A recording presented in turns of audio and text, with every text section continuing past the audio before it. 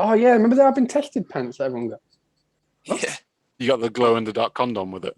Yeah. In it wasn't in school when they were just dishing out condoms and fucking You had to Everyone take, like, started shagging, chlamydia so they were test. giving people chlamydia tests. Yeah. sanitary pads, man. I remember that week there was just fucking sanitary pads all stuck around school, everywhere. everywhere.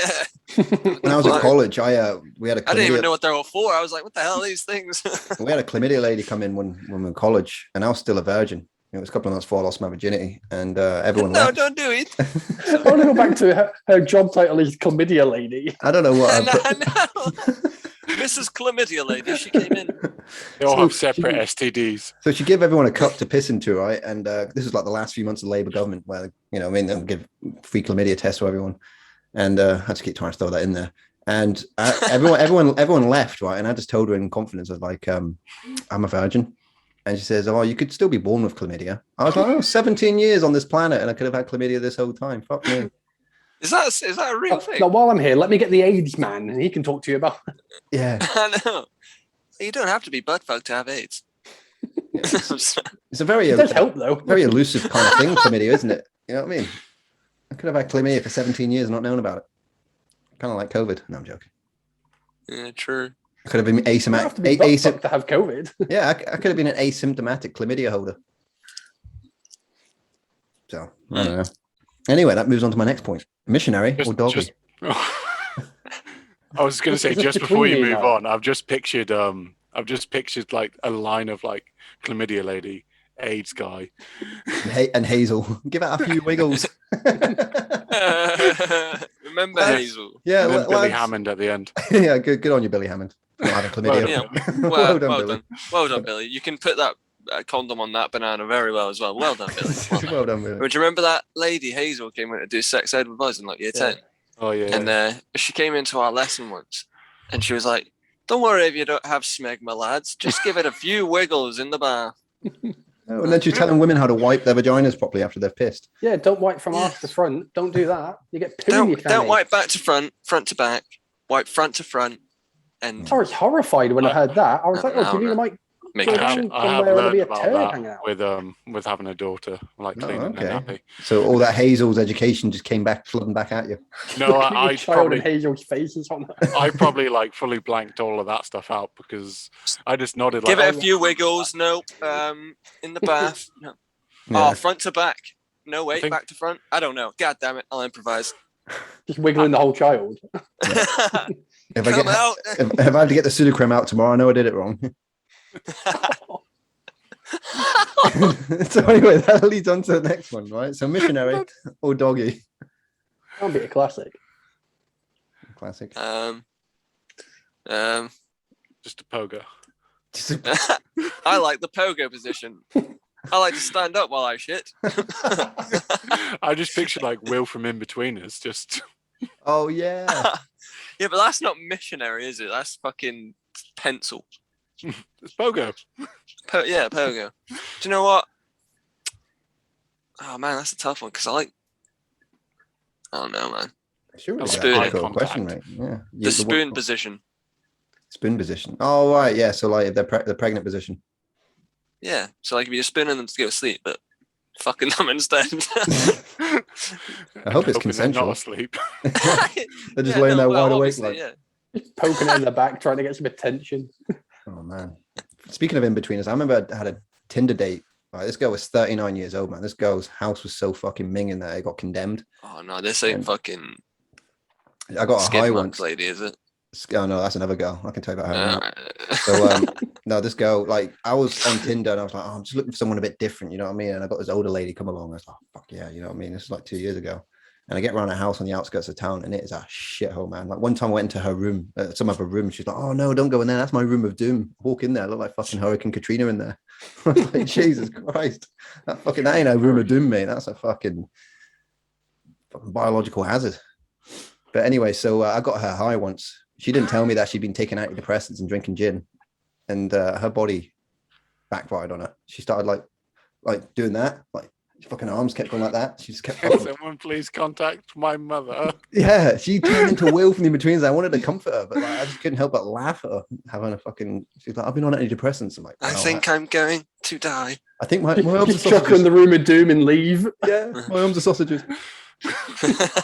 And that was strike one for me. Strike two is when I kept waking up the next morning. She'd gone to work and all that, and there'd be like dead mice on the carpet that a cat had brought in. Fucking hell. And I was like, that was strike two for me. And then strike three was when I went to open up the fridge to make a cup of tea, and like there was a big fucking iceberg in the fridge because it was broken. I thought you were going to say there was rats inside. There was just enough space for like a carton of milk. Don't go in there. That's my fridge of doom.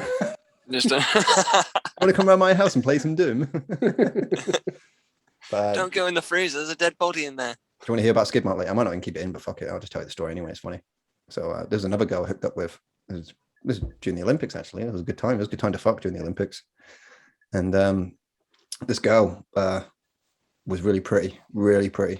And I'm banging her broad daylight in an empty house, my house. And doggy style, right? And I just looked down at her ass and I could just see the little nugget in there. Right? And I was like, that's strike one. I try and look away. Right? I try and look Well away. Eye done, contact with her the well whole done, time. Billy. Thanks, Billy. Well done, Billy. Billy having well done. And I looked down to look away from her shitty ass and I can see that her feet are webbed. And I was like, Oh no! that's strike two. And then strike That three. should have been strike 3, 4, 5, 6, 7, 8, 9, and 10. Strike If you three. just won, it just counts as one big strike. Yeah, strike three was 3 years later. So what happened? So we hooked up again 3 years later. 3 years later for the strikes to still be in place. How long were you shagging a doggy for? Fucking hell. Oh no! Like we just I'd kind of stopped midway through, and I thought I sent her on her way back to the bus stop, and then Come back in 3 years. and then 3 years later, I hook up with Send her her. on her way to the bus stop. Come on now. Come on, Webby. Here's the change. I just showed her to the nearest river, and she just swam away. Come on, go back I've got to a the day pond. return. You can Go have it back for to your free. pond, you swamp creature. Make sure you wipe your ass on the way out. And don't forget, back here in 3 years. So 3 years later, right, I go to her house this time, right, up in the outskirts of town, and Was it It's the a pond. we got high. We got high, and we fucking watched Tenacious D, Pick a Destiny, and I made sure that when I fucked her, the lights were off. So that's what I done. And then the next day, I go to look up the bus timetable because now it's my turn to get on the bus. And I look on a Google search, and it just comes up in purple saying, "What does it mean when your pee is cloudy?" And I thought that's strike three. I haven't seen her since. What's it mean when you close?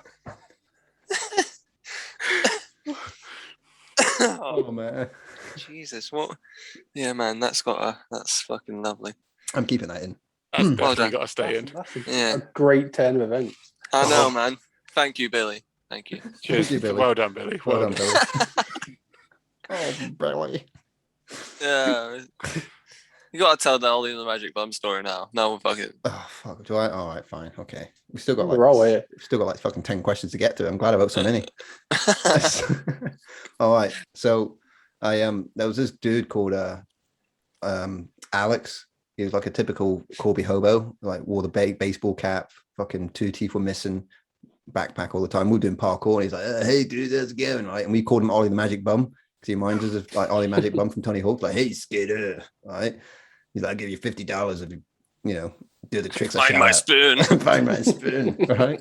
And then one day I bump into him. He's like, "Oh, dude, like, come around my house, we'll hang out." And my expectations, I'm only 16 or something. "Oh yeah, we'll go around his house, it'll be all bohemian, we'll fucking listen to music, chill out, smoke some weed." And I get there, right? And it's just a broken TV. This is like the Shire, those tenements, those shitty tenements in the Shire. Hmm. And I get there, and there's a broken TV, records scattered all over the floor, and he just sits there and gets out some tinfoil and just starts smoking it in front of me, right? I'm 16 years old, right? And he just starts going, I'm like, "What are you doing, bro?" And he's just like, "Oh, it helps with the headaches." And I just like, "Right, I gotta go." So I leave, and as I'm walking out, he comes That's after me. strike one. That's strike one. And then he went, Smoking heroin. No, that's a strike.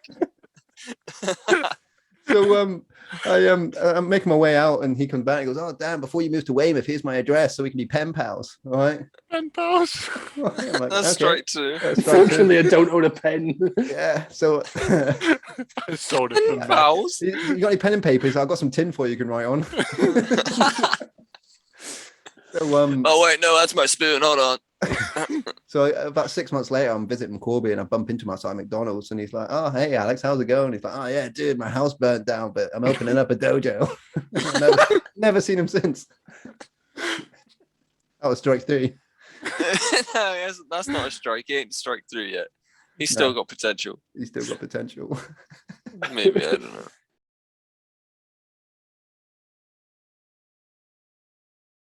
So what's the law in Florida about stand your ground? That's an interesting law. It's just one of the most lenient of gun laws, which is it's in particular, if you're on my property or whatever, I could shoot you for whatever. Like if you're, I'm gonna tell you to leave, I'll pull a gun. Most places, like I have to prove self-defense to use a gun. I would have to prove, hey, my life was in jeopardy, or I stopped this person from raping or killing my wife or my kids or something like that. In Florida, the stand your ground thing is I can literally, if you're on my property, I can point a gun at you and be like, get off my property. And you can be like, I'm sorry, what'd you say? And you come walking towards me, take your hand off, and I can shoot you. It's funny. I told him to get off my property. He wouldn't get off my property. He started walking towards me, so I shot him. Yeah, it's like you're not allowed to shoot. That would hold up in New Florida. Yeah. Where that would not hold up in, let's say, New York, California, or some other states that don't have a stand your ground. Yeah, they have a self-defense only. I found out this weird little fact where in states where you have the stand your ground rule, you're not allowed to shoot a warning shot. And there was a video of Boogie. Remember Boogie, the YouTube guy? And he fired a warning shot because some other fat dude came around his house harassing him and all that. So he shot a warning shot and he got in trouble for that. For shooting a warning shot.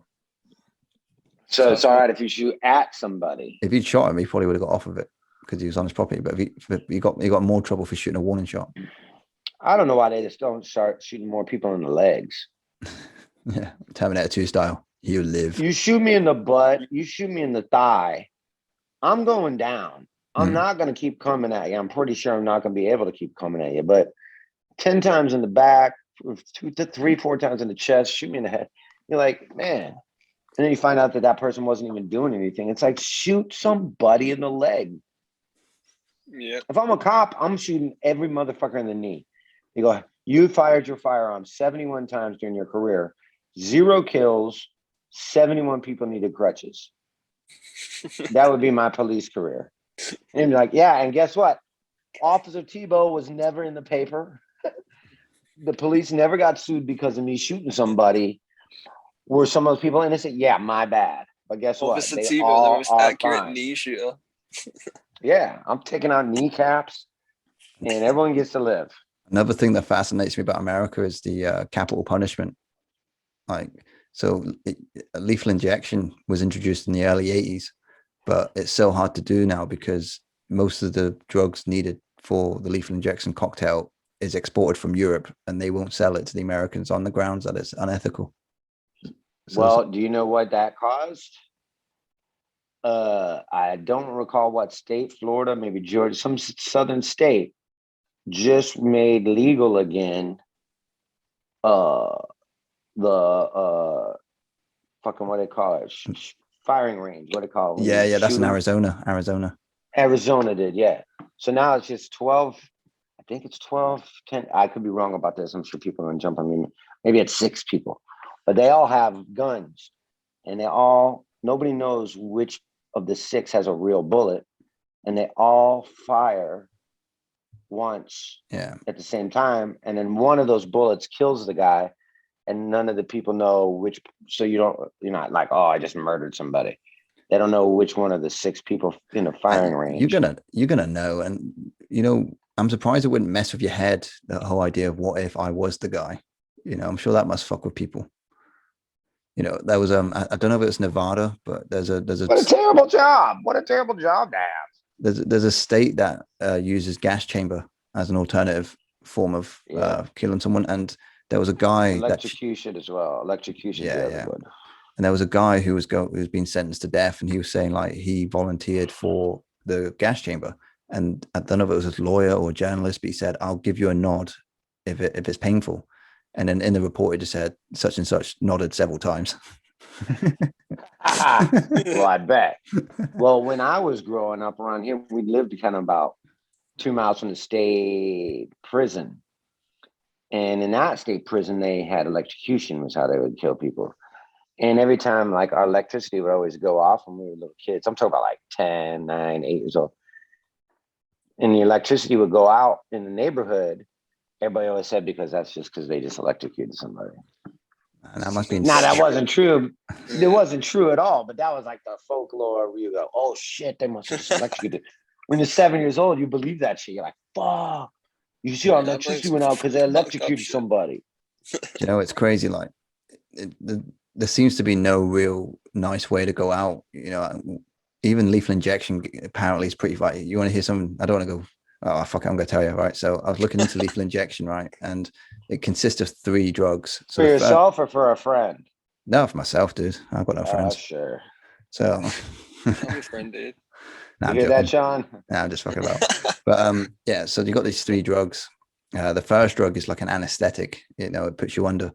But you got to bear in mind that well, I'll get to that bit in a second, right? So the second drug is a barbiturate, so it basically paralyzes your whole lungs and fucking diaphragm. And the third drug is like potassium something, which basically stops your heart, puts you into heart failure. Chloride, right? Potassium chloride. That's the one. And it just basically puts you into cardiac arrest.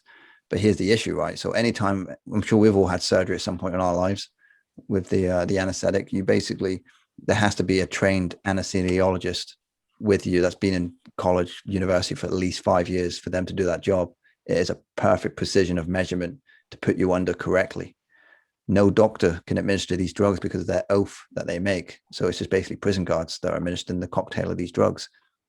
So it has to be measured perfectly to your biochemistry, your alcohol, and I think they used alcohol tolerance as a way to measure anesthetic, but they're not measuring it that. So the anesthetic could wear off and you'll fucking die and you're paralyzed while your heart is failing and your lungs is failing. It's fucking barbaric, man.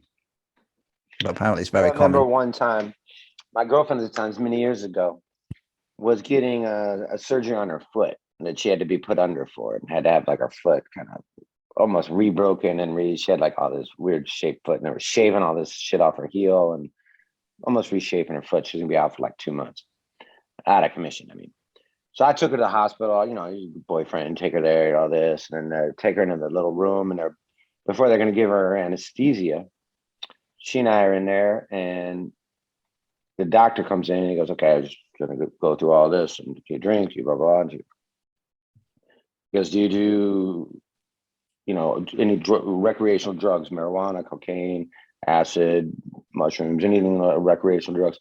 And we're both kind of like, I mean, you know, every now and then, you know, we're doing them all the time, you know. And and he goes, well, I'll just let you know, no one's going to get in trouble here. We just need to know, you know, do you drink a lot? Do you use a lot of drugs? Because then we're going to give you a lot more anesthesia. If you don't really do any drugs or anything like that, we're going to. And then right when he said that, both of us like, oh, yeah, give her everything you can. She can take it all. As much as you can give her. And that's why you're asking. Yeah, you're going to need a lot of the juice for this one. This one can handle her fucking everything, you know.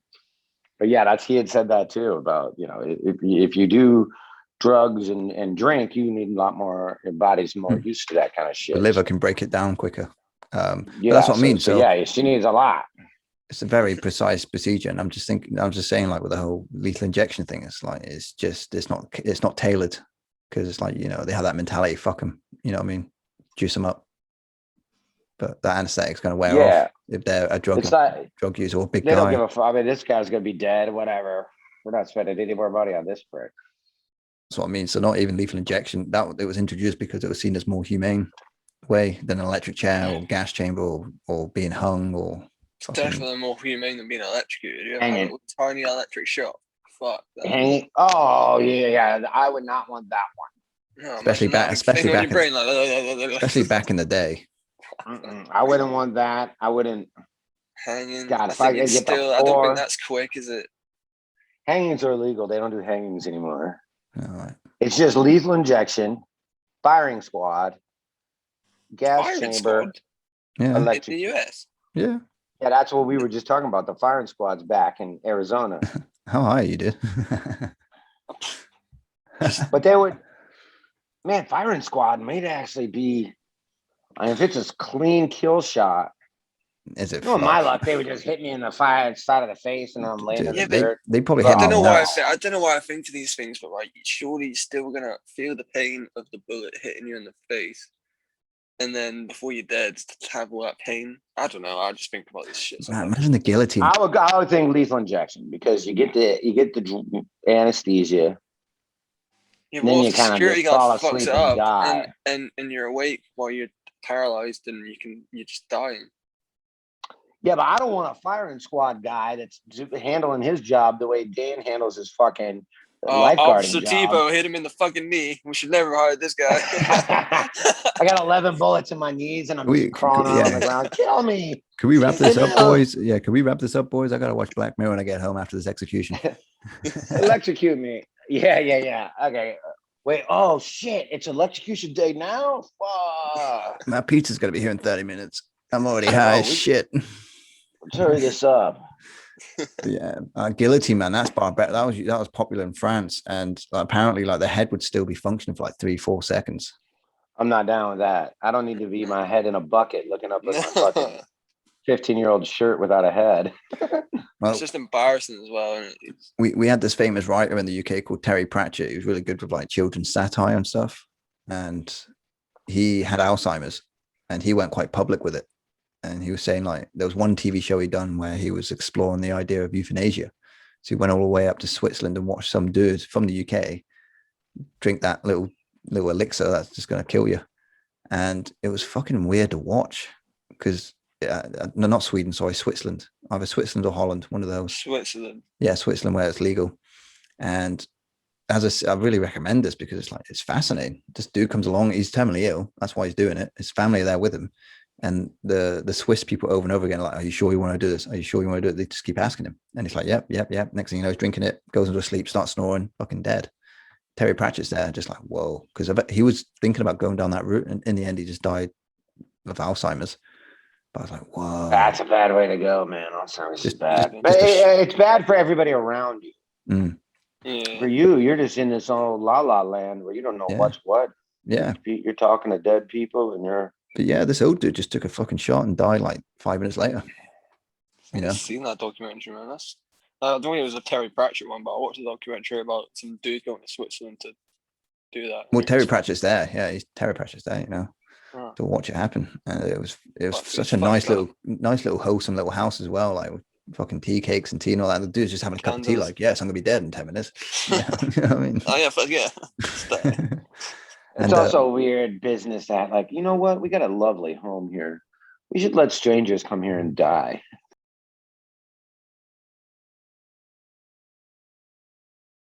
I definitely would be a fan of the TV shows, but I prefer the movies. But when I tell people to start watching the Shatner ones, I always tell them to skip the first one because Star Trek: The Motion Picture was written as a long episode that never got aired on TV.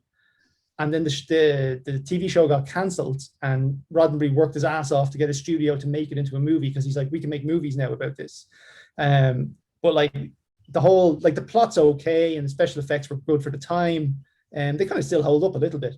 But overall, the story and all was just like, it wasn't a movie, it wasn't a feature film as a script. If you jump into Star Trek 2, The Wrath of Khan, like that just for me is where Star Trek just fucking went astronomical. That was a movie. There was there was danger. There was a villain that you could get behind because he was like one of these ones who's just doing it for the good of his people, not necessarily like megalomaniac wants to take over the world. They even addressed the fact that it was a continuation of a story from the original series by just getting one of the characters to kind of give like a 2-line summary of, oh my God, this is Khan. We put him here like as a punishment because he was a really bad guy like in 1960 when no one saw the TV show.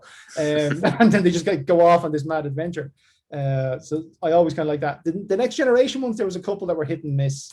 And then the newer ones are okay. They tried to get back into, you know, big explosions and J.J. That's what I was about Abrams to say, yeah. He just loves his lights and his torches, J.J. Abrams. Like, lens flare. lens flare everywhere. It's like lens flare off lens flare. Yeah, no, I do like the kind of world that they built. I mean, when it comes to Star Trek, I'm only really more familiar with the Next Generation canon, but I just love the idea that human beings have progressed to the point where we are kind of at peace as a whole society, and we're able to travel, the beyond. I love that concept. There's a dark theory though. If you ever go around on Reddit, I can't remember what post it was on. So somebody basically said, in the Next Generation, they describe how the world has moved away from money. So there's no money on Earth anymore. Everyone just has jobs and they do what they like to do, and away we fly.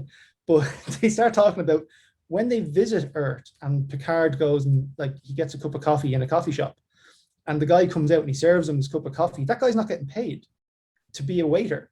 So it's like slavery. It's servitude to the in a way, yeah. It's almost like a post-industrial communist society. Yeah, so there's you kind of look at this utopia, and it's like, when you read this Reddit post, it's like, this utopia is actually pretty fucking dark. If you just scratch the surface, it's not as shiny as you think it is. It's a weird one, because I was watching a YouTube series that was I think it was called Extra Credits, and it's like animations that go over certain historical events, and one of them was money, the mention of money. And the way it was describing it was, say, for example, you were a fisherman and you were dealing with someone who grows crops. Well, you can fish all year round, but the person that's growing crops can only do it a certain time of the year. Yeah. So it's kind of inconsistent on the trade that you can do. So you need a sort of third item or a third party thing, and that would be money. And it's like, okay, we've all agreed amongst ourselves that that particular thing signifies value. And if you take that away, what are we back to? Just trading favors. Yeah. So how would it work in Star Trek? Is it just they're programmed to do it? Are they just... I'm sure there's a universal galactic currency. Maybe it's Bitcoin, but they just didn't go in depth. No, you see, that's the thing. The whole thing about the Federation is they have gotten rid of money. It's why the Ferengi are such an abnormality in the Star Trek universe. Because to deal with the Ferengi, you have to give them, I can't remember now, it's dilithium was the crystal that powers the ship. There's another D though. But you pay Ferengi in a currency, and that's how you get information from the Ferengi. So it's only the Federation that got rid of money. All the other races, like the Klingons, the Ferengi, the Kardashians, they all have the Kardashians? Not the Kardashians. Yeah. I'm sorry, I'm thinking of some of the other Kardashians. My bad. You're thinking of the other Kardashians. Yeah, there's a race called Kardashians. Took me by surprise, man. But they all have money. They all still get paid, and they do backhanded deals. But anytime the Federation have to do a backhanded deal, they're there with the little pocket replicator going, shit, let's make some money out of thin air, because we don't actually have any of our own to do it. So it's a really weird concept that they never explain fully. How does the Federation, how do people in the Federation have jobs? How do they pay for things? How do they feel worth? Is it just, I'm on a starship and I hope to, eventually become a captain? Is that all of Earth's goals, is to become a captain at some stage? Do you think it was just something that was completely left unexplored and just, plot convenience, or do you think it is really part of something darker? I think it's plot convenience. I think what they were trying to do was, the Klingons were shown as a war race. That's all they're about. They're a war machine.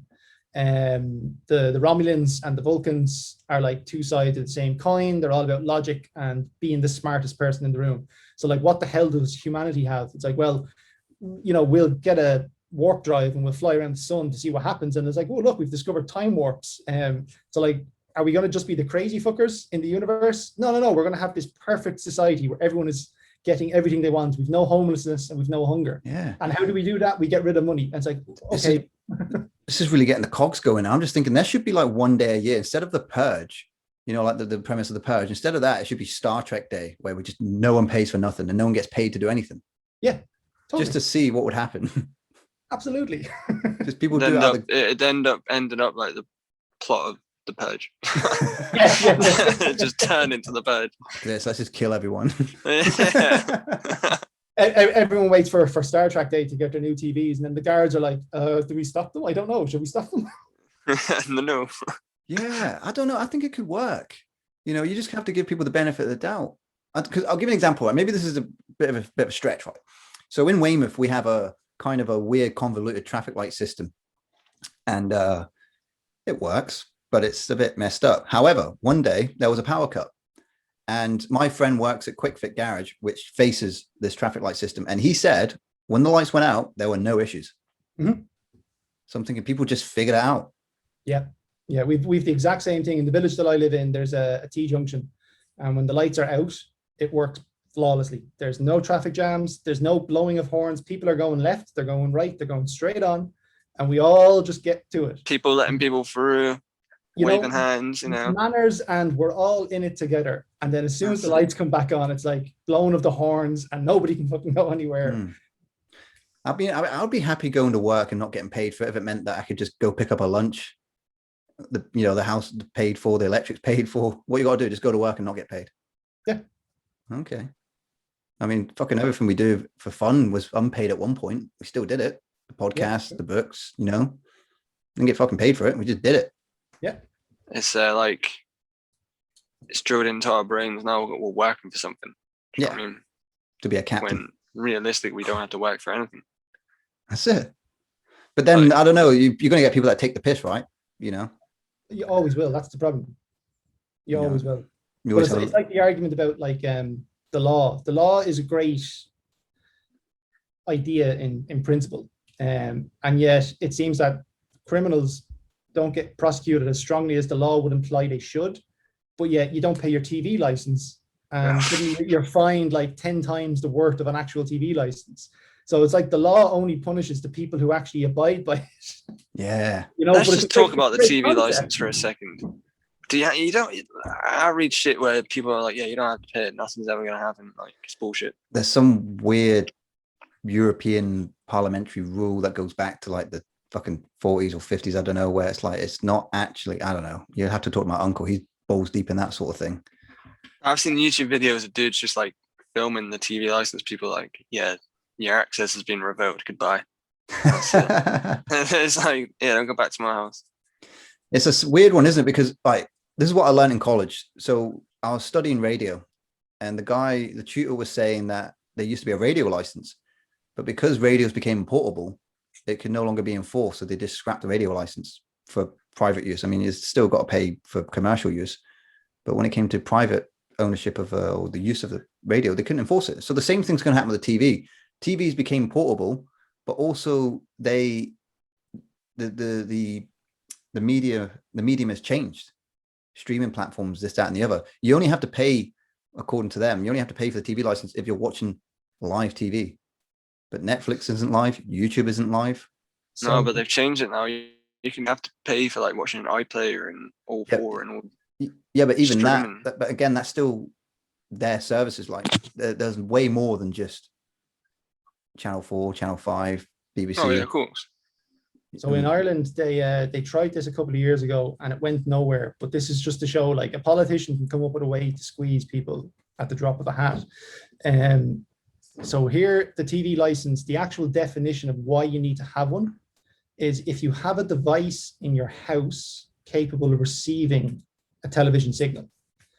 So what was happening was loads of people were getting big screen monitors that couldn't hook up to a TV box. And like you're saying, streaming Netflix to it.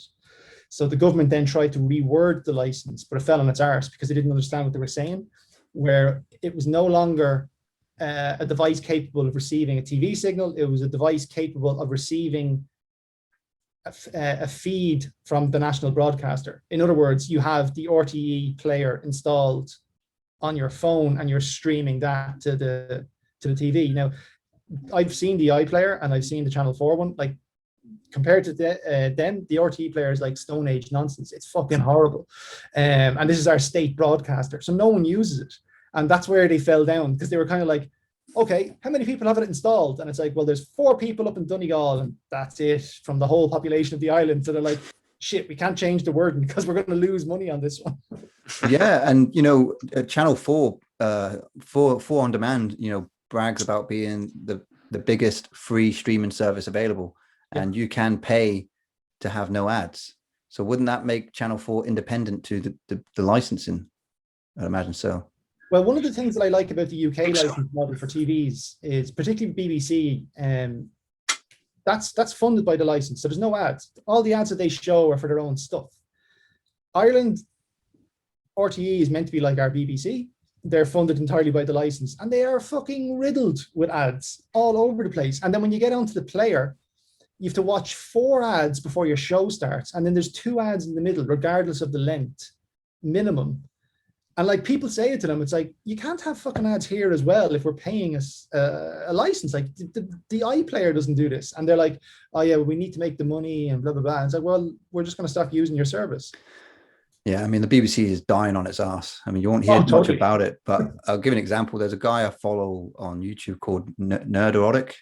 He's quite a funny dude. He's great. The beard and the glasses. Yeah, I like him. I mean, a lot of that, I don't know what to define these guys, but there is a sort of little group of them on YouTube. And a lot of them are kind of whiny and pain in the ass, but I like him and the Critical Drinker. They're my favorites. Right, yeah. They're part of that little kind of, I don't want to come across the wrong way. This is what they'd be identified as. Your sort of typical right-wing Trump supporters. That's what the Liberal would call them. I don't know what the correct term is. Just sort of. Wouldn't Nerderotic refer to himself as a white racist? Yeah. All right. We'll call him that. We'll call him that, a white racist. That's what he calls himself, white racist. So these white racists, right? They do have a lot of content covering, the BBC, because he was a big fan of Doctor Who at one point. That's right, Jay. So I was really, I don't even watch Doctor Who, but I was really into watching him slag off the current Jodie Foster. Is that her name? Yeah. Season. Even the one before that. Peter Capaldi. He's not a bad actor, yeah, but he butchered Doctor Who, man. It was the writer, it was the showrunners that are just butchering it. Because what it is, I think they would, the BBC were desperately trying to appeal to the sort of 18 to 35 demographic. Yeah, but they had that before. I think they tried to go more darker, and it didn't work. I don't think. It alienated the audience. It alienated me because I fucking got the fuck out of there. Yeah, I mean, you had those 2 doctors beforehand. Oh, I can't remember the first guy's name, and then you had. So you had Matt Smith, and then before him was Scottish dude, David Tennant. That's the one. That was it. Yeah, and they were great. I wasn't into David Tennant. Well. I liked Eccleston. I wasn't a fan of Tennant. I loved Matt Smith, and then I went, so I stopped after when he left. But that was a resurgence of Doctor Who because it died on its arse in 1989, and then it came back. I know everything about Doctor Who without even watching the fucking thing. But and anyway, so you it's been dying on its ass because the quality of the show is abysmal, according to Nerderotic. So I'm actually a big Doctor Who fan. I haven't watched. I think I gave up on it last year. I watched most of the Jodie Whittaker stuff, and what I think they tried too much with the Jodie Whittaker stuff is kind of what's going on in Hollywood at the minute. And we're going to be totally branded fucking arseholes for having this conversation, but it's just because we're having an open mind to things.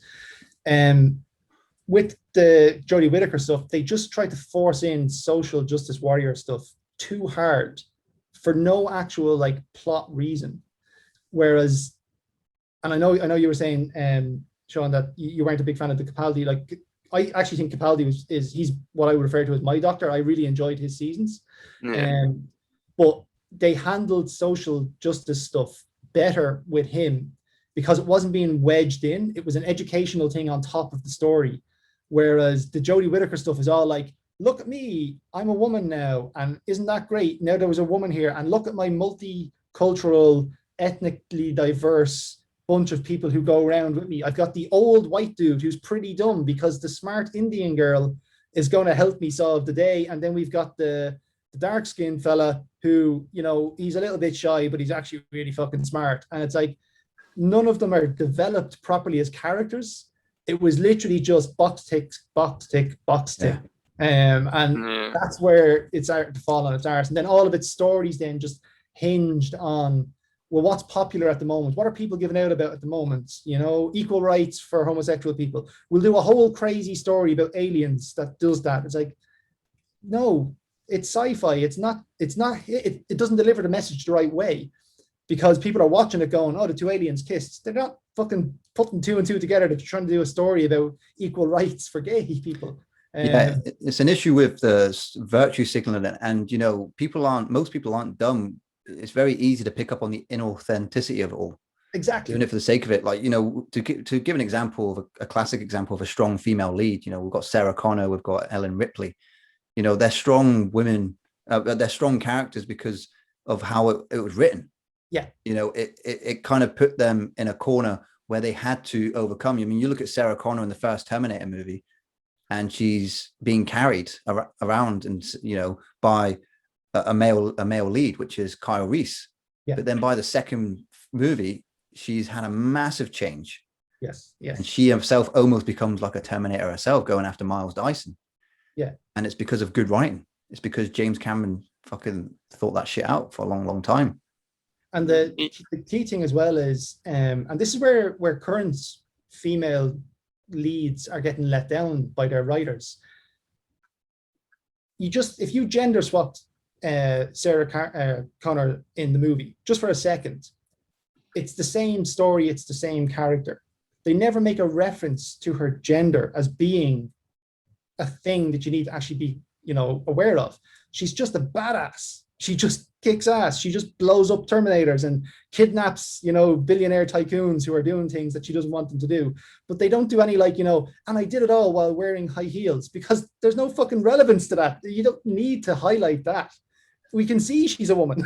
We can also see she's a person you don't want to piss off. And that's, again, go back to Doctor Who, that's where that all starts falling over, because it was just constantly shining a light on, I'm a woman now. It's like, nobody cares. Just write a story. We don't care who the lead is. Just write the story.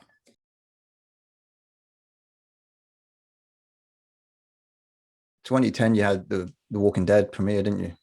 Yeah, the end of 2010. And I was late. I was late to the series. I heard all about it, but I didn't actually start watching it until 2015.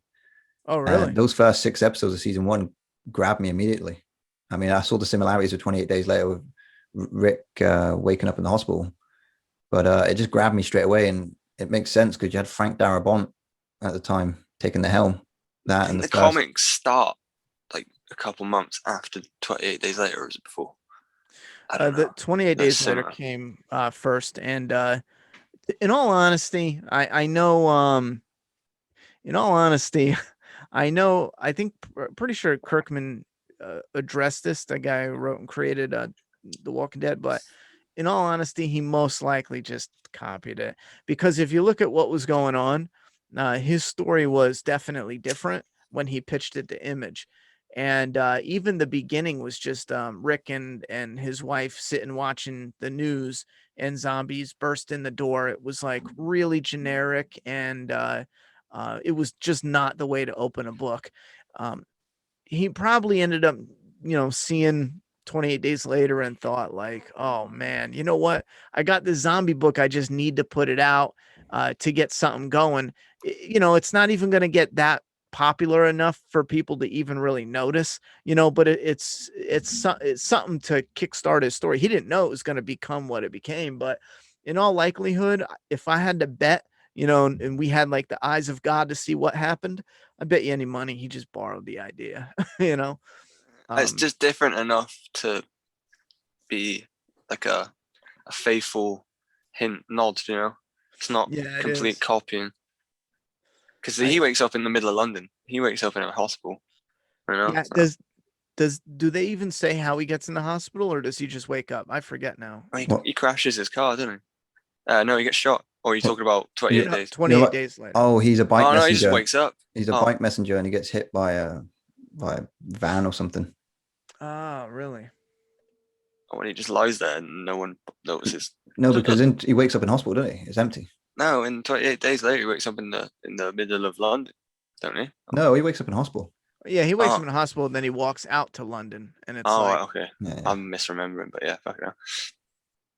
Yeah, I think the second season of The Walking Dead as well. I think the first couple of episodes, when Sophia goes missing, is a bit of a drag, but then it ends really well. That mid-season reveal, man, Jesus Christ.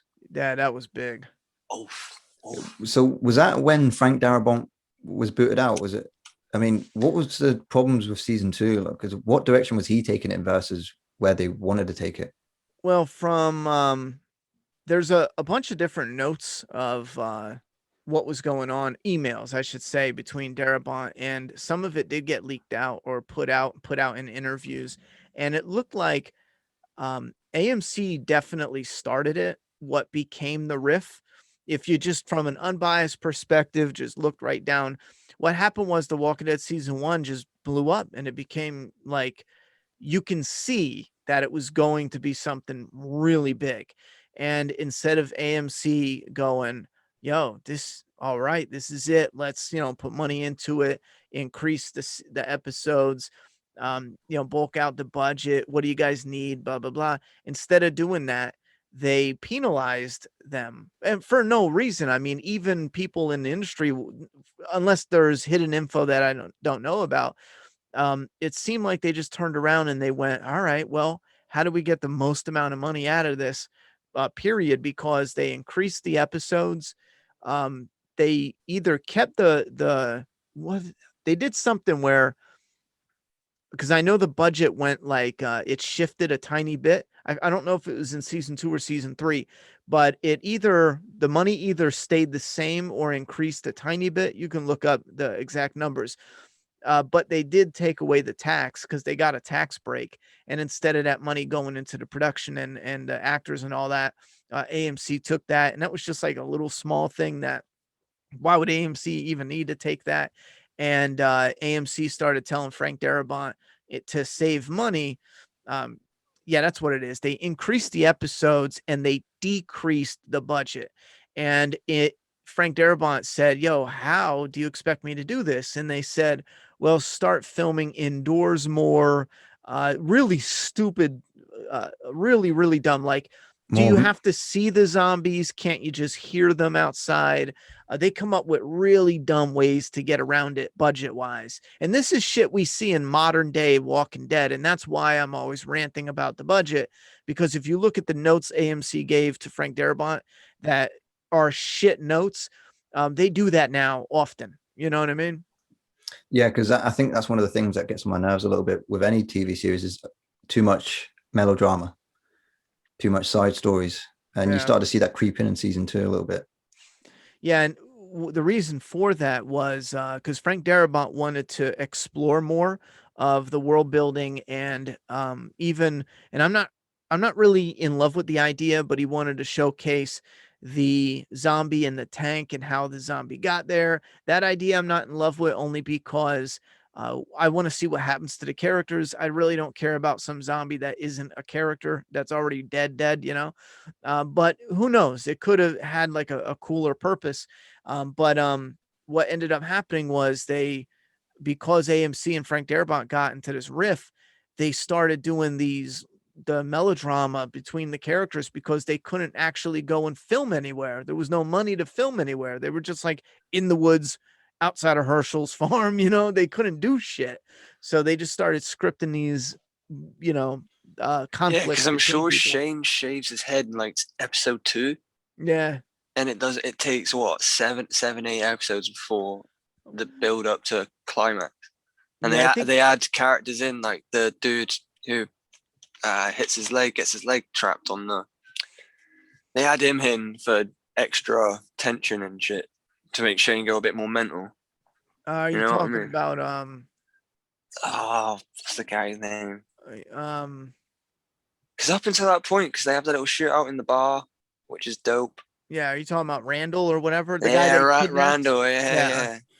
He's just thrown in there. Yep, they kind of argue over a prisoner, and again, it keeps them indoors. They're in a barn, arguing about what to do with a prisoner, and it's all, what do we do with this prisoner? What do we do about the pregnancy?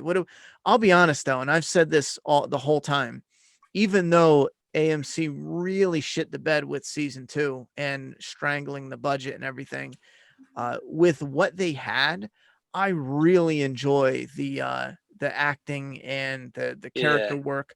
There's a lot of stuff I wish they were able to do more. Absolutely. But I still really enjoy the character work for what they were able to do. And the Sophia thing, I still think is one of the best moments in The Walking Dead. It's just such a shame AMC had to, because imagine season 2 now. Imagine if AMC actually supported it fully from the gate. it could have been, probably incredible. Season Yeah. 3 also. Yeah, I tapped out after the beginning of season 4 when everyone starts getting ill in the prison. Oh yeah. But then I was just I was in a relationship where we were watching The Walking Dead together, and we broke up at that point. So when I moved back to my mum's, I was like, fuck Walking Dead. I started getting high and watching the shit I wanted to watch. You know what I mean? Fucking Blade Runner, fucking Wayne's World. I think season 4 and 5 is the seasons you have to power through the most, I think. Yeah, and the whole flu thing was just dragging on and on and on, and then we broke up. So I was like, fuck it. And you can power through them, then you're golden. Yeah, you could definitely see. I'm curious to know. Style. I am curious to know though, like, how well did it go from season 4? Yeah, you don't give a shit. We spoil it now. Yeah, let's go ahead, mate. All right, let me ask you this: what's your favorite moment in The Walking Dead ever? Favorite moment? Oh, sorry, Ronnie. Your screen actually cut out on my end. All I heard is your favorite moment in The Walking Dead ever. Favorite moment ever? Yeah. Oh, jeez. One. Just one all-time favorite moment. I have a second to think about it. Do you have a favorite moment? I do. You do. Because as much as I love the Sophia reveal, I don't think that's gonna be my favorite moment. I would have to say favorite moment. Mine probably wouldn't be what you expect either. No. No. This would be a lot easier if I can have like 5 favorite moments. I don't want 5. I'm just saying like, oh man, you gotta 3. pick the one. No, I just want to pick one. I'm just saying it's kind of hard because I even have like stupid favorite moments like that like Rick waking up in the hospital with the don't open dead inside doors, like the atmosphere there. It's small. There's no even like there's not even anything going on outside of like the main reveal of him waking up, but it's a moment that I friggin' love. But give me a second. I think I would have to go with damn.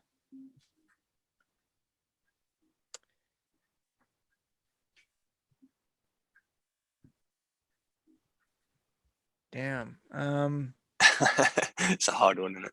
Well, no, we haven't thought about it. So I'm just writing something down. Crack on. What's your favorite moment while I'm thinking of it? Well, you know what? Oh, sorry. Mine's so small and subtle, and it's so far into the series. The middle of series 9, the episode after, episode 7, I'm going to say. No. After the mid-season break, they come back, and Eugene and Rosita go down the hill. And the Whisperers, for the first time, you hear them go, like, whispering. Yeah, that's a badass scene. That gives is, me I fucking can see goosebumps. that. Yeah, I can see that. That's a badass. Because the whole way through, like, they're just normal walkers, and then all of a sudden, near the end of the series, they're talking, and you don't know what the fuck. I mean, unless you ain't read the comics, you don't know what the fuck's going on. It's fucking creepy. Yeah, I can definitely see that being in there. Yeah, I love it. It's been like 5 years since I've watched it, so my memory's what's yours then with what you watched up to so far? Well, obviously the second mid-season twist was shocking. Like just seeing that fucking zombie girl walking out with a fucking and you just the slow reveal. I'm just like, oh my god, we actually thought she was going to get found. She was there all along. Yeah, I love how Shane gives him so much shit, and Rick's the one, to put her down. Shane can't even do it. It's like that was the moment. I swear, it felt like the fan base, in a large part, online was rooting for Shane and mad at Rick. And after that moment, it was like a huge reversal. There was so many people that were now like on Team Rick. It was crazy. Because for a minute there, I was shocked by how many people were like anti-Rick as a character. But then he won them over big time. It's man, there's part of me that wants to go with the No Way Out, with Rick and all. But I'm going to stick with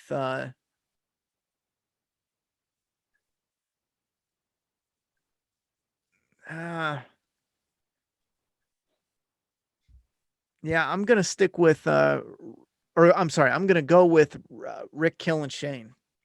I'm gonna go with that one. I Yeah, really yeah. like that. Outside of normally I always pick the Sophia reveal. I think that the waking up, the reveal with the hospital, it might be too it might be too soft, but I still, that atmosphere, it's probably Yeah, it's the probably is. silence as well. It's just, Yeah, it it's probably great. is my all-time favorite scene, but I think for something that's happening and with character and how it unfolds, I'm gonna go with the Rick and Shane showdown. Because I haven't recently just watched up to series 5, and the acting between Rick and Andrew Lincoln and what's his face? John Bernthal.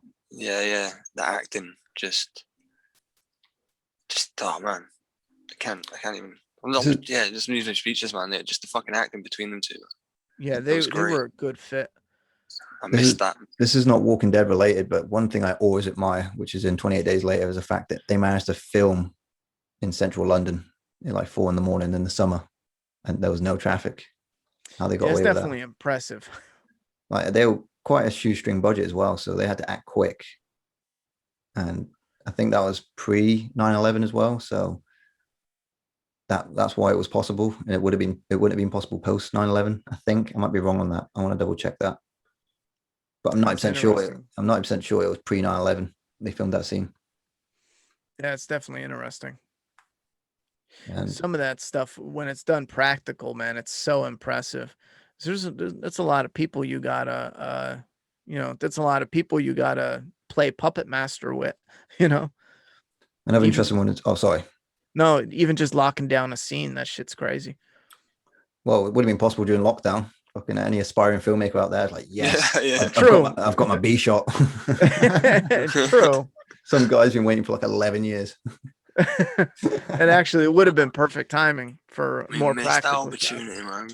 But then it would have just been copying the scene of someone waking up again, wouldn't it? Yeah, exactly. Because apparently that's the reason why 28 months later hasn't been released, is because they said that The Walking Dead has just stole every idea they've ever had. Really? Because it was How's that possible? I don't know who writes it. Is it John Hodges, who did the script for Trainspotting alongside Danny Boyle, and Alex Garland, I want to say.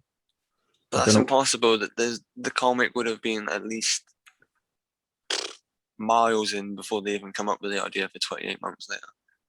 No, because 28 Days Later was 2002, and then 28 weeks later was 2007, and then so Walking Dead comes out 3 years later. Yeah, but the comic it's been out for about 9 years by this point. Yeah, maybe I'm just being really a bit of a dick right now. Because the way 28 weeks later finished is that the virus had spread out of England and was into Europe, Paris. It's like, I want to know where the fuck this is going. It's been 14 years. I think they could do something. I think part of the problem, though, is they might be thinking a little more along the lines of, because it is sometimes you do get those blinders like, okay, this is a zombie movie, so this is what we have to do. And I think there's definitely stuff they can do. Even when I was writing my comic, I was shocked the more I would think about different story elements that you wouldn't find on The Walking Dead, just some new and fresh stuff. The more I thought about it, the more I was shocked that a lot of stuff is still just, never been done before, and especially certain ways to do things. And for a minute there, I swore there was an idea I had for Doomsday Kingdom. And for a minute there, I swore The Walking Dead was going to get to it. Just as a general example would be to revert the world back to like imagine the Wild West, but in the ruins of like our modern world. So you have like Wild West communities, but it's within the ruins of, modern day because of the outbreak. And The Walking Dead doesn't do that. They go with these really stale settlements or groups, and they always have leaders with, the same old song and dance constantly. Even look at season 11. Somebody was like, Ronny, you got to talk about the new images for season 11. And I got excited. I'm like, okay, new images. Let's see it. And they sent me a picture of some fucking assholes wearing white masks. And it's like, holy fuck, who is in charge of this? There's no way this is an accident. We just had assholes with white masks on Fear the fucking Walking Dead. They do this every season. They'll do something in The Walking Dead. They'll repeat it in Fear. They'll do something in Fear, they'll fucking repeat it in The Walking Dead. I don't understand. There's no way it's an accident. There's no fucking way. So I don't know if either one of you watch Fear. No, you I have tapped no. out after 5. I Yeah. wrote down some points saying that I wanted to ask what your thoughts were on The Talking Dead and Fear the Walking Dead. Well, Fear is just trash. Just trash. Season 1, episode 1 It's a had prequel. potential. For those who don't know, it's a prequel to The Walking Dead. Yeah. It The is a first prequel. episode had fucking potential, but after that, It really did. I mean, they had potential to do some really clever stuff, and they did have a cast, but they went a weird direction with the story. And again, I blame it on budget, because as soon as the story started picking up, they did a time skip, and now we're no longer a prequel, and we're Walking Dead all over again. But anyway, Fear had a group with white masks, and they ended up being bad guys, but oh, psych, not really bad guys. We know this person from The Walking Dead. Anyway, so yeah, when they sent me the picture of season 11 of the Reapers, and they're the new bad guys, or some of the new bad guys, it looks like the Purge, wearing the white masks. And it's a combination of the white masks from Fear with Negan and the Saviors having all the weapons. It's like, come on, man. I just can't wait. I fucking loved The Walking Dead for so many years. I just can't wait for it to be over with, because it's just embarrassing itself with the repetitive nature of the storytelling, the characters, the visuals, and what they're doing. It's insane.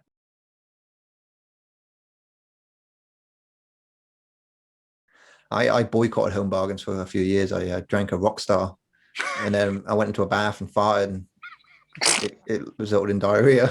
We've all had that moment, don't worry. I just farted in the bath, and I was like, why is it brown? And it wouldn't stop. I was like, oh my God. Why is it brown? I didn't have food coloring earlier.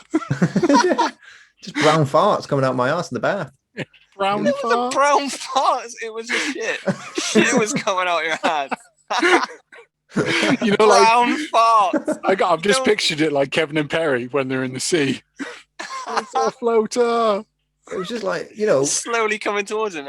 I was traumatized. Yeah, I was traumatized to fart in the bath for years after that. I was like, so that's why you don't fart in the bath.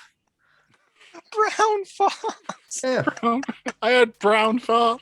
Yeah, so I didn't go to home bargains for years after that.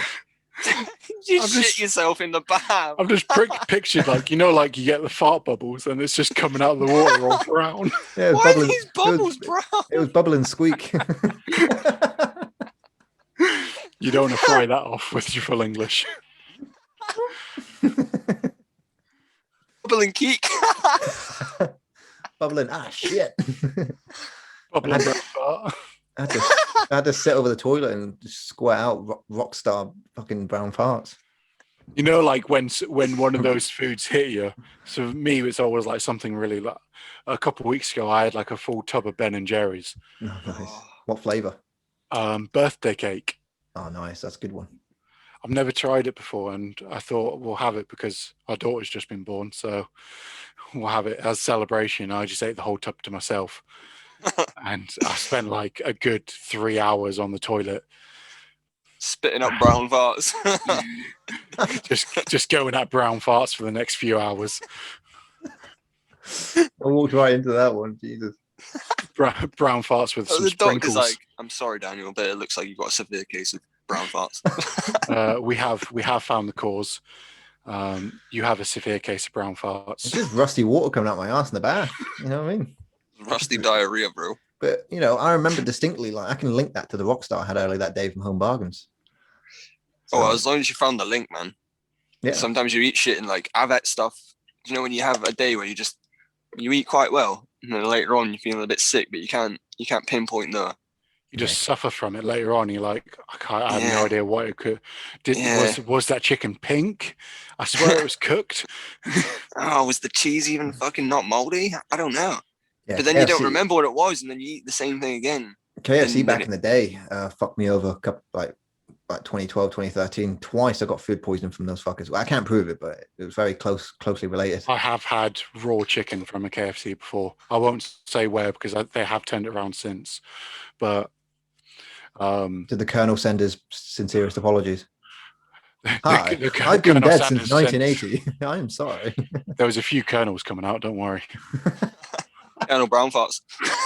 Colonel Brown farts. I'm gonna go to a KFC next and go. Can I have a? It's a good name for like a shit rapper. Brown farts. MC Brown Change farts. their gravy. Change their gravy names to Brown farts. Brown farts. What would your rapper's name be? MC Brown fart. MC Brown fart. Rockstar Brown fart. Oh man. Man, I did a shit. I had to squeeze out a shit so fast before this podcast because I knew it was starting. Like, I think I shit out an organ. Came out. I tell you what. You know, like when you do it, you feel like I am definitely going to prolapse. So I'm definitely going to prolapse. Mate, do you ever get ring sting? You ever had ring sting? Like rings. For those who don't know, ring sting is like when you push a shit so big out that your arsehole doesn't have a chance to dilate. So it's like, you're like, oh, like it's. That's why I like for about 10 hours afterwards, your arsehole's stinging. Well, yeah, it just stings instantly, and there's nothing you can do about it. You're helpless, and that's why I like to take a shit in the disabled toilet. So like, I've got those handles to grab onto and to brace myself if I do get ring sting. I used to when I go to airports, I used to always make sure that I went in a busy like toilet, and I would sit there. And normally I have something dairy, and it does not sit well with me. And my teammates would dare me to shout something. So I used to always just sit there and just shout, "Release this demon." Who does number 2 work for? That's right, buddy. You tell him. Might need a courtesy flush there, pal. Release this demon from inside me. Yeah. And I was in Germany once, and I just heard, "Oh, Scheiße." Oh, Scheiße. Where's me? What is it with middle-aged men and explosive diarrhea? Like every time you hear some dude go in the cubicle or some businessman, you just hear. You know what I think it is? It's the ones that you have to pay like 20p or 50p for, because you got to make it worth it. Mm-hmm. I used to always find that if I'm paying to go into a toilet, I'm getting the most out of it. I'm like making sure there's free Wi-Fi, sitting there watching an episode of Big Bang Or the Save Room podcast. You never know. Yeah, taking a shit, watching the Save Room. If you've got some time, stick on an episode. That's it. Shout out to the Save Room. Make sure you don't use headphones so everyone else can listen to it as well. Yeah, that's it. Yeah. That's a brown fart story. Yeah. Recommended way of once you're pushing out some brown farts, you can listen to it. That bloody rock star of Milne Bargains. I knew it. Person in the toilet, like looking at his hand, phone in one hand, watching the podcast, and the other hand with a rock star. It's like, oh no. There's a big caution on the back saying may cause brown farts. May contain brown farts. Warning, watch the Save Room podcast, Niall, episode 18, before drinking this drink. Speaking of, shitty KFC food, this takes me right into the whole McDonald's ice cream scandal that I want to bring to your attention. So there's this YouTube channel called Johnny Harris, and it is full of random information, but he does deep dives on all sorts of things like junk mail. And quite recently, I caught his episode on why the ice cream machine's always broken in McDonald's, especially the franchises. So you ready for this? Is it because they can't be asked? They have to let the machine fucking, or is it a bigger conspiracy than that? That's what I said to Dan before we started. Here's how it works out, right? So anytime most McDonald's sites consist of franchises, so they just get the rent money and the licenses, and they don't need to worry about anything else. So when someone wants to take on a franchise, they are in contract, in an agreement with McDonald's to use certain brands of machinery and tools. So they have to use an ice cream machine made by a company named Taylor. But Taylor makes all sorts of ice cream machines for Wendy's, In-N-Out Burger, and there's no issue with them. But there has to be a specific type of Taylor model that only McDonald's can use. And it always breaks. And it's supposed to break because the technicians that get called out have to be Taylor technicians. Right? So there's some sort of weird closed market synergy going on. And the reason it might break is overnight the overnight staff will hit a button saying like, you got all that ice cream at the top and it has to heat it up or something like that. And if it's down by 1 degree, it will fail. So they'll come in the next morning like, oh fuck, we can't run it again. And it's like, if they fill it up too high, for example, that will mess it up. And then they have to call a technician. The franchisee is the one that has to pay for the technician to be called out. what they call the guy, and it could be anything up to like $400 a call out, just for it to break again 3 weeks later. It's crazy. And there's this one guy this entrepreneur who found a patch that you could plug in via USB to make the menu more accessible and easier to handle. And all these franchisees were on board with it. And McDonald's then brought out a notice saying, we will void your contract with Taylor if you use this software. It could be dangerous, even though it's not. Yeah, it's because it's not their own. So they would have had that contract embedded from day. Yeah. And there's parts of the user manual that are missing from the stores, and only the technician has it. There's a secret menu code, like a 4-digit number that you can type in on the machine that will take you to the secret menu that franchisee managers and employees don't have access to. What we need like a leak. We need someone at Taylor. If you listen to Save Room podcast, come on, help out McDonald's. Help the brothers out here. No, because McDonald's and Taylor benefit from one another. Help the franchises out. Come on, franchisee, yeah. Ronald, staff out. Ronald needs you.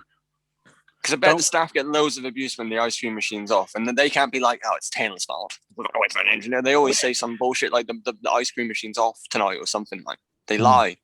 Yeah, they lie to you. It's that one specific type of Taylor machine. Like all the other machines work just fine. McDonald's has some sort of special thing going on. So my advice in the bookies though. Actually, when I worked in there, and I don't give a fuck about this bookie, so I don't give a shit. You get the bandits do like roulette, all that shit, and then you get the football machines. You know, where you put football bets on, rugby bets, basketball, it's pretty much all sport. And they're like the McDonald's machines. They're separate, so you have to wait out for an engineer for those specific machines to come in. So if someone loses like 100 quid in there, like it swallows it, it's gone. We can't do it. And as the staff, we have to lie to them as well and say like, "Oh yeah, the machine's broke, blah blah blah." But it's not. We have to wait till the fucking engineer comes out. Yeah. That specific engineer for them, I can't remember the company's name. I'd blast them if I fucking did, but yeah, it's bullshit, man. And it's obviously if it's happening in the bookies and McDonald's separate machines, it's happening fucking everywhere, isn't it? I reckon it happens across the board on like many different like things. Yeah, so like closed market tactics. Yeah, greedy bastards, man. That's what it is.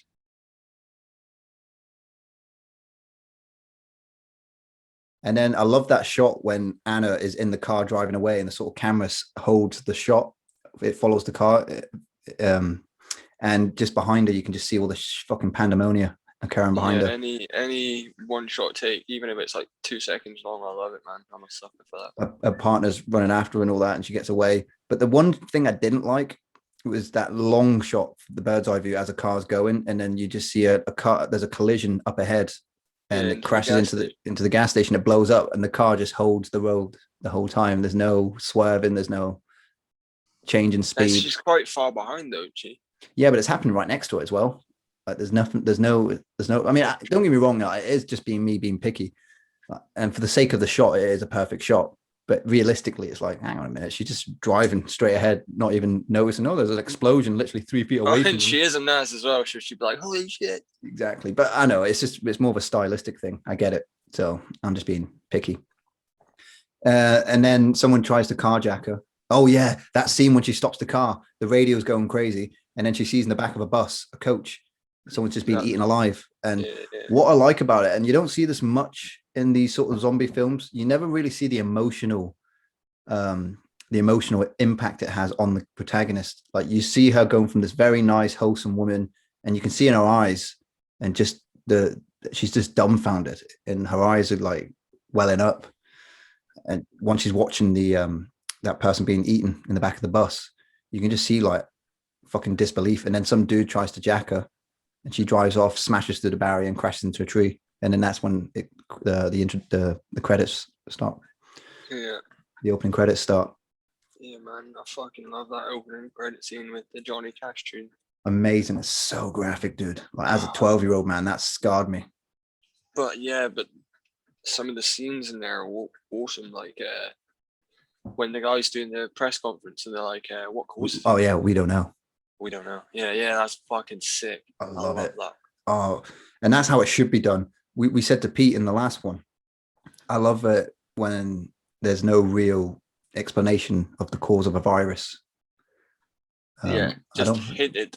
It's just hinted, like even in Shaun of the Dead, it's never really touched up on. They have speculations. I think well, there's a later scene that I'll get to, but yeah, when they kind of speculate on it, says, nah, it's fake news, or whatever fake news was called back in 2004. Unless it's like a movie or a TV series devoted to how a zombie virus started. Exactly. Who gives a shit, you know? Like, exactly. It's not fantasy, but it's like, leave it to your imagination. Yeah. I like those sort of things. Yeah, because if you were to start getting into the technical side of what causes the virus, you suddenly go into this very omniscient narrative style, like Lord of the Rings style, where it's just kind of like, yeah, it ruins the mystery of the zombies as well. It's like, oh, this is how they're created. Oh, that's dumb. Do you know what I mean? It definitely. Sorry.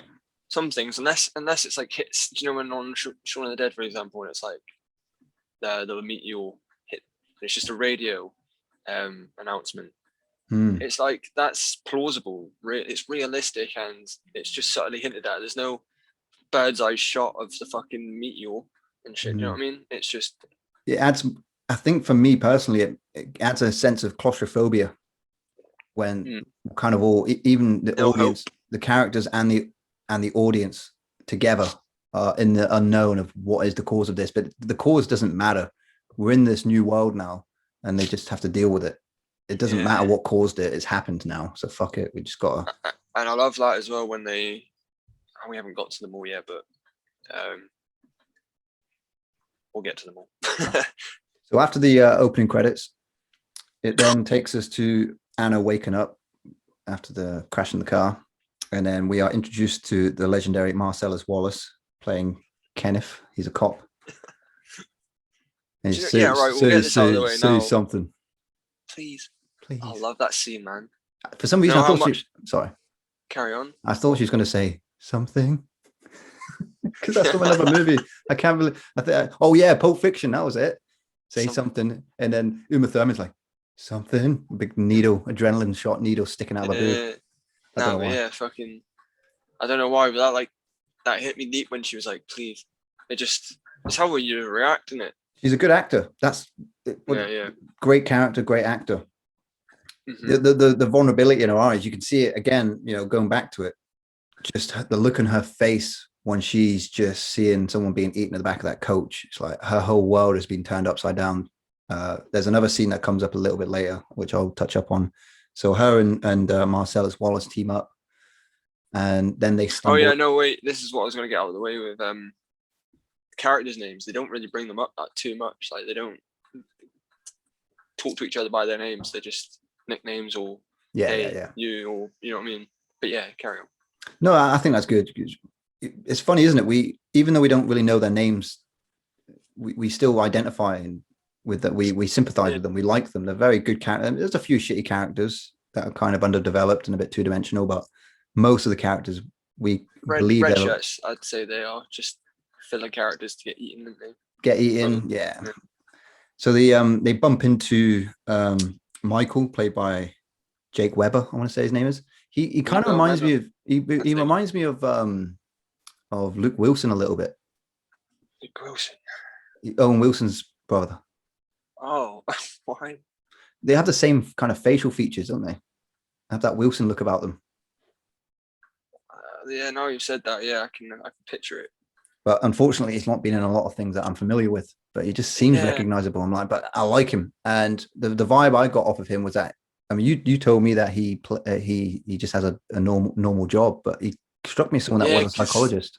We'll just get this scene out of the way now because it's not important.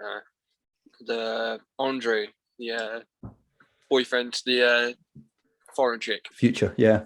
Yeah, he's saying, he's like, why should we listen to you with this shit? Like, what do you do? Like, and he's like, oh, I just sell TVs at Best Buy. Yeah. Yeah, but yeah. It's great as well. I love when they said, oh, you don't want to go over there. We just came from there back when there was 8 of us. I'm like, oh man, that's ominous. Yeah, and that's ominous. Yeah. I mean, show don't tell, isn't it? And that's, I mean, I know they're not showing anything, but the subtext of what he's saying, it gets you deep. You're like, wow, there was 8 of them. Now there's only 3. And we've got Future playing Andre. Future is for those who don't know, I want to say his name is Mikael Pfeiffer. Mackay, I'd say. Mackay Pfeiffer. He played Future in 8 Mile. So we're just going to call him Future. And He's got a pregnant girlfriend, the Russian girl. Did I write down her name? I didn't write down her name. Oh, Luda. I just in brackets pregnant bitch. Yeah, I got it there. Yeah, their storyline, man. Like, if they were cut out of the movie, I wouldn't give a shit. Yeah, I think it's just for the whole zombie baby bit, which we'll get into in a bit. But yeah, they head up to the mall. No one's at the mall. And because you got the director's cut, so you got an extra scene. Whereas the one I watched, the theatrical cut, they look at the shopping mall, they team up together, and then they're just in the mall, in the Metropolis area, the ground floor. Which you don't get a little chase sequence of them getting into the mall. No chase sequence, which would make sense. That makes sense with the director's cut, because zombies start accumulating, and you think, well, why? Because in the theatrical cut, you don't know why. They just get in there unscathed, no nonsense, no bother. But then slowly but surely, zombies start accumulating, and you think, well, where do they come from? How do they know? Yeah, and it makes more sense why they don't want to go out anymore once they get in after seeing the chase sequence. Exactly. So, especially if a one-armed Chinese man covered in blood's fucking chasing you, go, ah! So I don't want to go fucking back out there. No chance. It's been a while since I've seen the director's cut, but I remember that being graphic, very graphic. Yeah, it is fucking graphic. I remember when I was a kid being like horrified by that. Like, why did my mum let me order this on fucking Pirate, man? That's it. So they get into Metropolis, which is the ground floor of the shopping mall, and that's where we get our first real bit of proper action. They get in a bit of a fight with one of the security guards who is a zombie in the fountain.